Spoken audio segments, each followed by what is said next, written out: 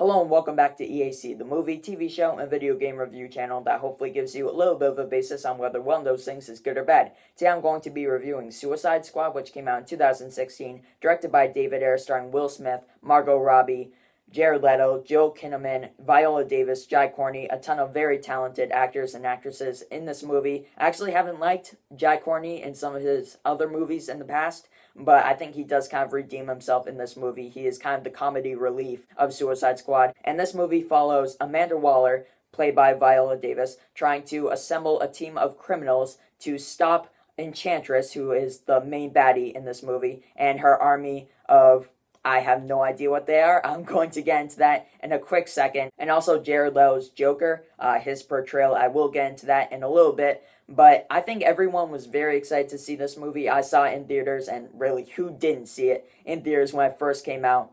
This was meant to be kind of a summer blockbuster, a fun, entertaining movie that you could just sit back and watch. David Ayer was obviously trying to bring a bit more light into the DCEU, which was shown as the darker one between Marvel and DC, and Marvel was bringing in the bank. So David Ayer wanted to do something a bit more lighthearted, a bit more fun, and this movie kind of fell flat for me, and I think for a lot of critics and fans. Again, everyone was very excited to see this movie. Everyone thought it would be a breath of life into the DC universe, but it did not deliver for me at all. And for critics, again, or anyone who really saw this movie, it really just disappointed everyone who saw it. And I will get into the issues in a second, but the beginning of this movie, okay, we are going to get into spoilers for Suicide Squad, so if you by any chance haven't seen this movie, which came out 3 years ago, and again, this movie was very anticipated by everyone, so if you haven't seen this movie, there are going to be some spoilers in this video. So at the beginning of the movie, we see the prison, and it kind of gives this cheesy at first. That's what I thought at first when I first saw the movie in theaters. I thought it was very cheesy how they showed their names, the criminals' names, and what they do and stuff like that. But after further rewatches, I realized that it is kind of the only way to show what these characters are, because we haven't seen any of them before except for Harley Quinn, which we all kind of know who Harley Quinn was, and the Joker also, but this is again a new Joker, and again I will get into Jared Leto's Joker in a second.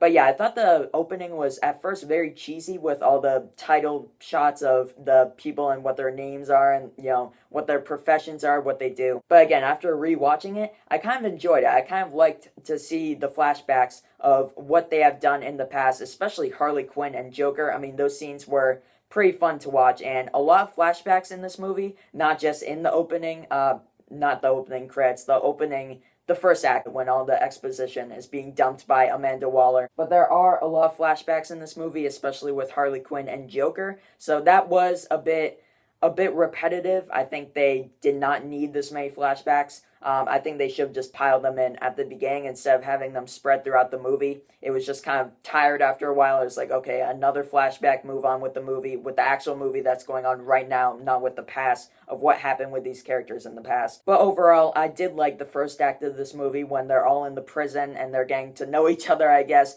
getting their suits on and showing each other their talents, especially the Deadshot scene when he's like shooting the heads of those targets. That was a pretty entertaining scene. But after we see all the characters, this movie goes down the drain so quickly and so abruptly. The villain in this movie, Enchantress, and her army of wherever they are, the Goop Men, it just ruins the movie so much. It's so cliched. I saw this 3 years ago, so I was 3 years younger than I am right now, and even I saw that it was very cliched how Enchantress was like, okay, I'm going to build my weapon, unleash my brother who will help me build my weapon, build my weapon, build my weapon. It just the same thing said over and over, help me build my weapon and I'll do it, as much as I'm saying it right now, just to get the point across to you guys if you, again, haven't seen this movie. But yeah, it's just so cliched, so repetitive of what she's saying to the audience. She was not compelling at all as a villain character. And those are the characters who I a lot of times see as the most compelling.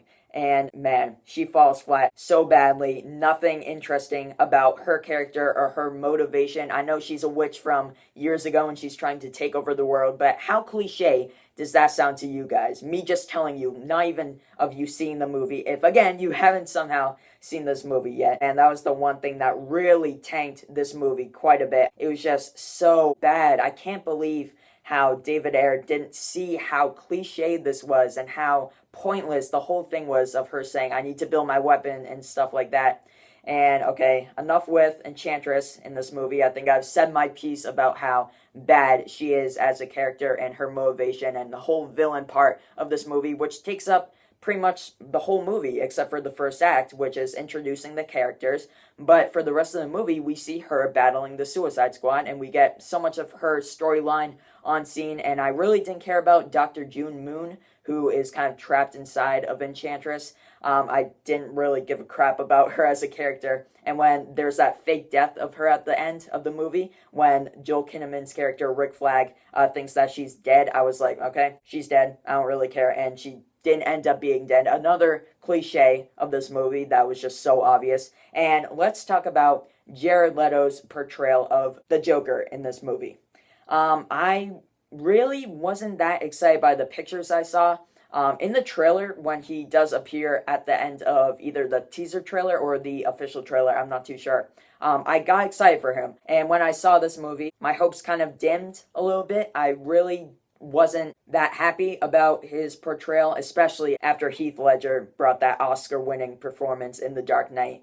I mean, what a bad situation for Jared Leto, and a lot of people obviously didn't really like his performance. Some people thought it was fine, and I think I would be in that fine to not that good range, because there were some parts that I did like in this movie with Jared Leto. It was obvious that he was trying to capture Heath Ledger's Joker voice in this movie, and that was fine. I wasn't really bothered by that. And there were some scenes that were interesting with him, especially the scenes with him and Harley Quinn. I mean, those were pretty interesting. But him as a whole, I think he was trying to imitate Heath Ledger, which, I mean, you kind of have to put your own spin on it, but again, I appreciate it because Heath Ledger's performance was just so awesome that I would want to try to imitate him, but you just can't do it. And what he looked like in this movie, I don't know what they were thinking with all the tattoos. I mean, obviously, this is David Ayer's portrayal of him, not just Jared Leto's, but this is what he wanted his Joker to look like. Just the way he acted and some of the things that he did do in this movie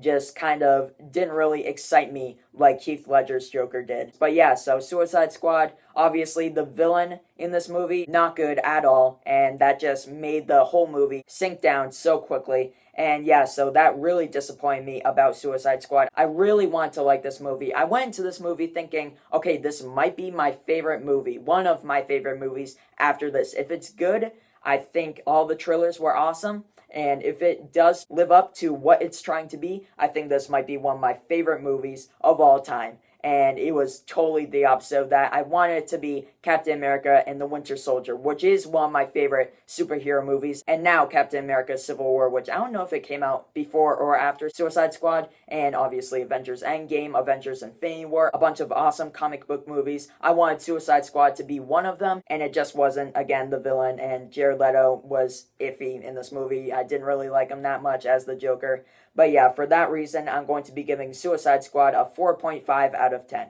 Very disappointing for every fan of the Suicide Squad comics, everyone who is excited like me to see this movie after the trailers and all the rumors about, everyone was making theories about this movie. I remember very clearly everyone was doing like trailer breakdown videos and what they saw in it and all the things that they would think they would see in it.